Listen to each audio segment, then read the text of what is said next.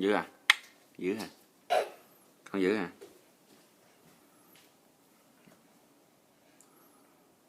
Nhai gì đó?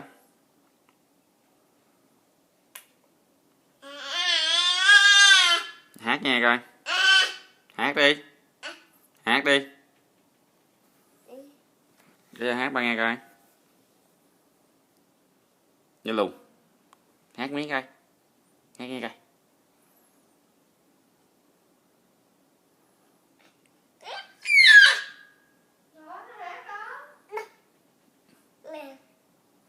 Nằm.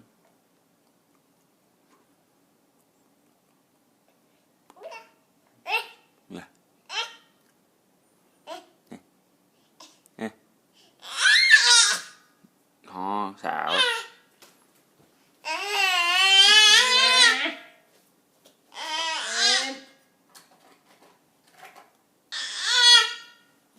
Ồn ào quá. Ồn ào.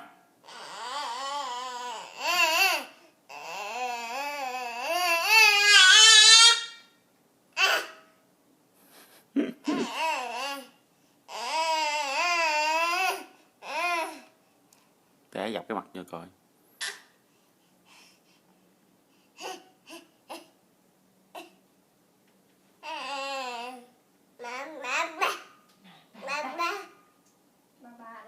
Ừ.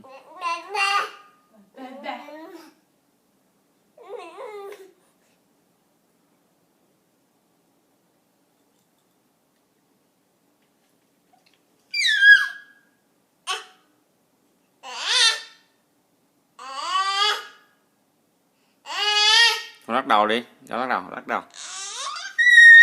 Lắc đầu. Anh chị này lắc đầu đi con. Rồi. Lắc đầu mày coi. Lắc đầu mày coi kìa. Lắc đầu đi. Ủa sao cái con mắt nó bị gì đó lờ người ta? Quẹt mắt đấy.